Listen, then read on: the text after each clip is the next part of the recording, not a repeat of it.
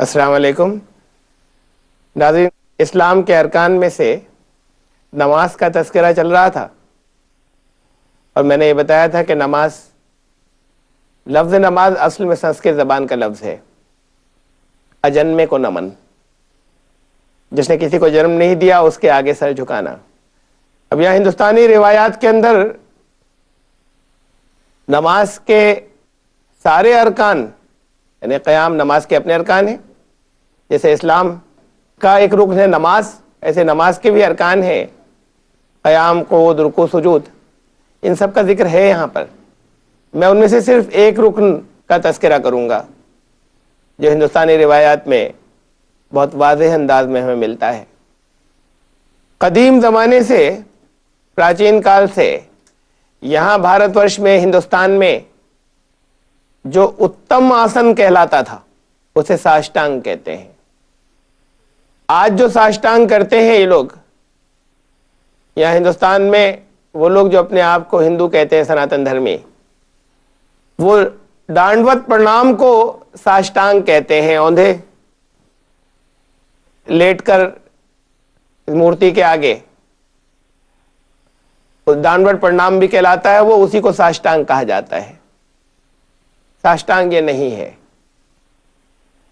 ساشٹانگ لفظ جو شبد ہے سنسکرت کا ایک مرکب ہے، یہ اسے توڑیں، سندھی وچھید کریں اس کی،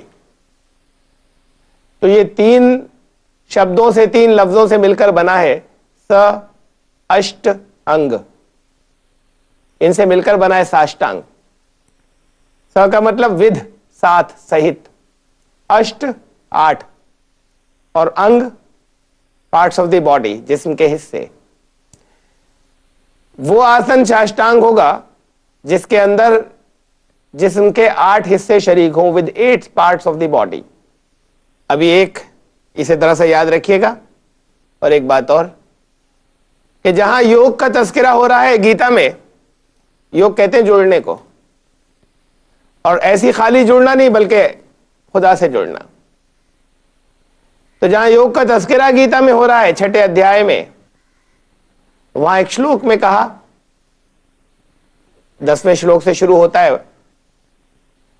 کہ یوگی کیا کیا کرے، یعنی خدا سے جڑنے والا کیا کیا کرے۔ اس میں 13ویں شلوک میں کہا، سمپریکش ناسکاگرم سوم دششچ نولوکین، خود اپنی ناسکا کے یعنی اپنی ناک کے اگر بھاگ پر، اگلے سرے پر، یہ سامنے کے سرے پر دھیان کیندرت کرے، یعنی توجہ مرکوز کرے، یوگی یہ کرے۔